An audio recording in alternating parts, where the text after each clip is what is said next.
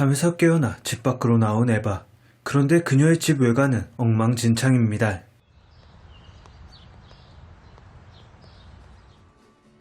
익숙한 일인 듯 신문지로 페인트를 대충 닦아내고 어딘가로 향하는 에바.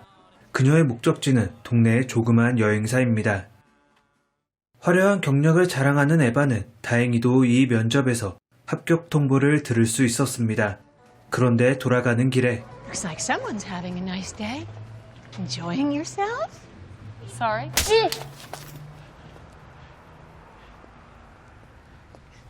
I hope you rot in hell, you fucking bitch!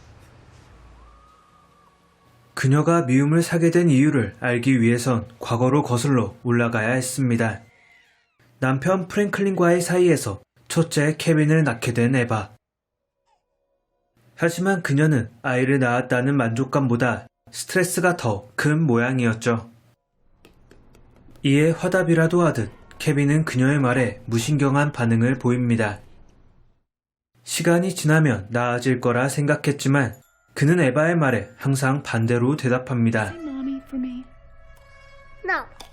Mommy? No. Just say. 뿐만 아니라 돌발 행동도 서슴지 않는 케빈.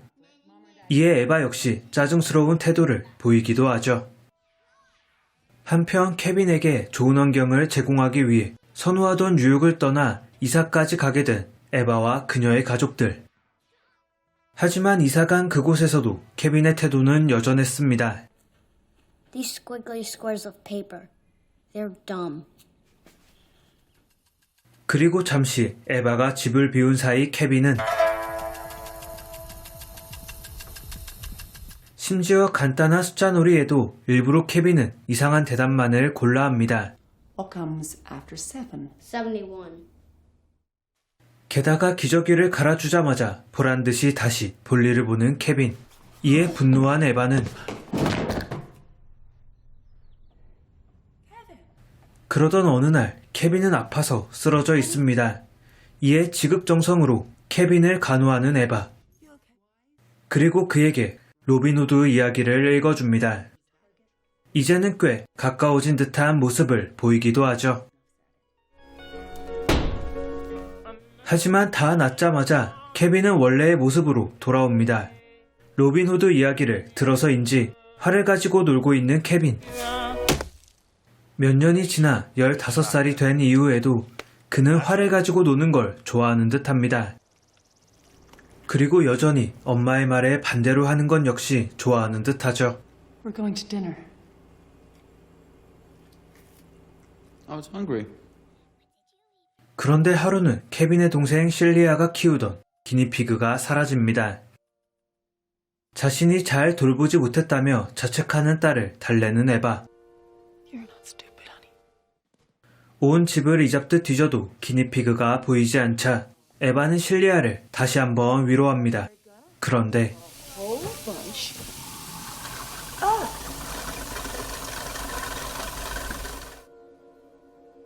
심지어 얼마 뒤 동생의 눈까지 멀게 하는 케빈.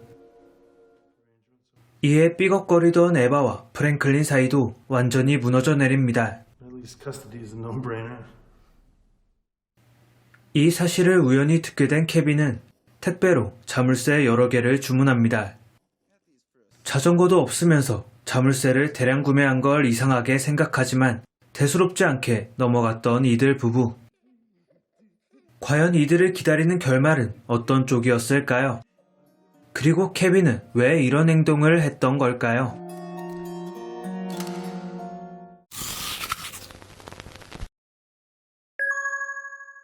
이 작품은 스릴러 영화로 구분되는 영화이자 청소년 관람 불가 영화입니다.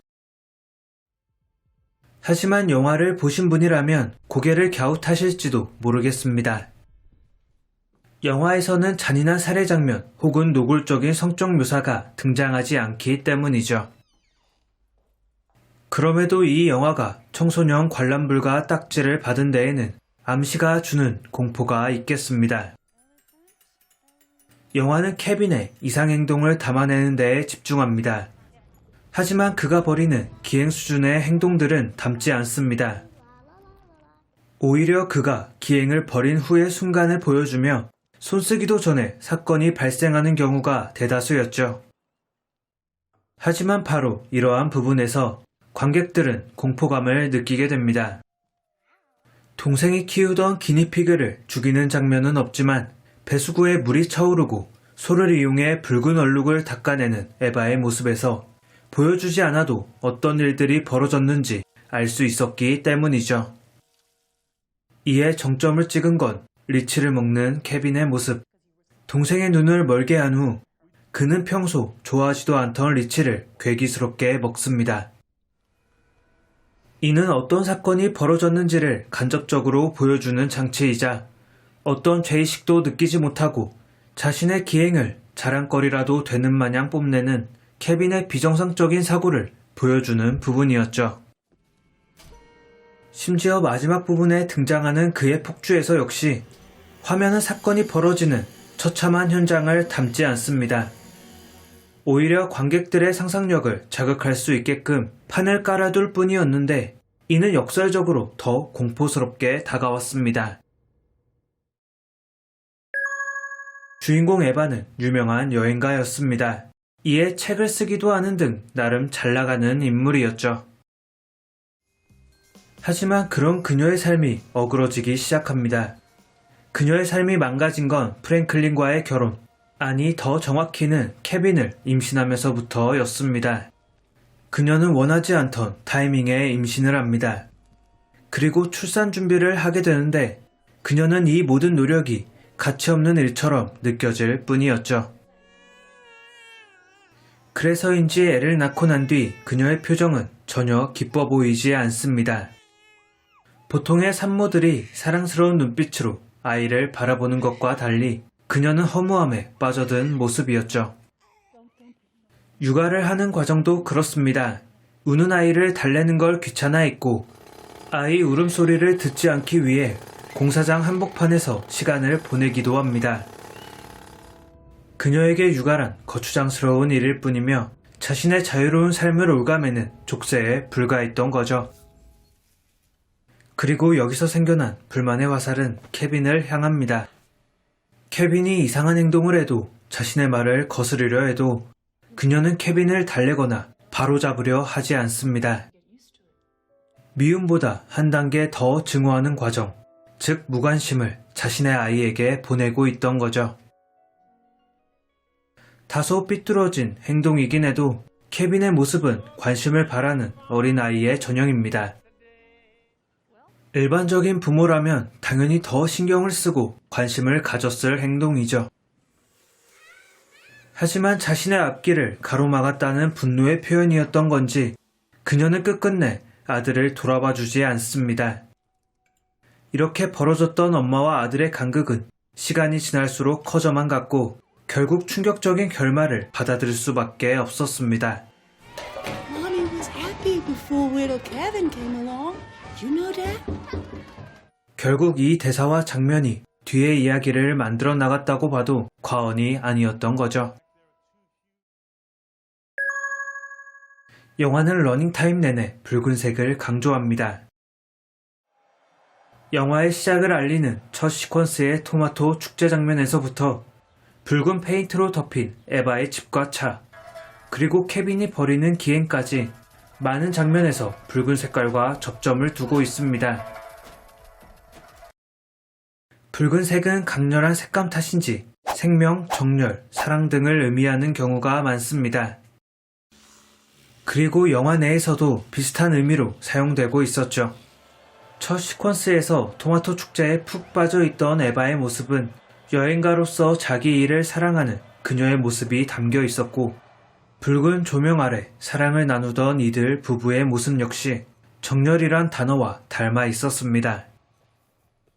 하지만 케빈의 기행이 시작된 이후 붉은색은 좀 더 자극적인 의미를 뜻하는 쪽으로 옮겨갑니다. 붉은 딸기잼을 바른 뒤 일부러 떨어뜨리는 행동이나 물감으로 엄마의 방을 엉망으로 만든 행동, 그리고 실리아의 기니피그를 처리한 뒤 붉게 물든 에바의 손까지. 이제 붉은색은 정열을 넘어 광기를 가리키고 있는 것처럼 보입니다. 하지만 이 행동들도 결국 붉은색의 속성과 일치했습니다. 케빈이 벌인 이상한 행동들은 엄마 에바의 관심을 끌기 위한 행동, 즉 사랑받고 싶은 아이의 일탈이었기 때문이죠. 다만 조금 잘못된 방향으로 표출된 사랑이었다는 게 문제라면 문제였습니다. 마지막 케빈의 폭주 장면에서 그는 흰 셔츠를 입고 있었지만 그의 셔츠는 붉은 사이렌 때문인지 빨갛게 물듭니다. 이는 케빈이 마지막까지 에바의 사랑을 갈구했다는 걸 보여주는 동시에 위기의 순간에서마저 아이를 외면하는 에바의 모습을 적나라하게 보여주고 있었죠. 앞서 언급한 이야기 외에도 푸른색 옷을 입고 혹독한 환경에 아이를 노출시키는 에바의 모습, 동생 실리아에게 못되게 구는 케빈의 모습 등에서 영화는 많은 이야깃거리를 남기고 있습니다. 하지만 기본적으로 영화는 아이에게 무관심한 부모, 그리고 그런 부모 밑에서 삐뚤어져 버린 아이의 모습을 담아내는 데 집중하고 있었습니다. 그리고 영화는 여러 암시를 통해 무서운 장면 없이도 공포심을 자극했고 마지막까지 불안한 상황에서 영화를 지켜보게끔 했습니다. 잔인한 장면을 직접 보여주기보다 상상력을 자극해 공포심을 심어준 영화, 그리고 삐뚤어진 어머니 밑에서 삐뚤게 자랄 수밖에 없었던 케빈의 이야기를 담은 영화, 케빈에 대하여였습니다.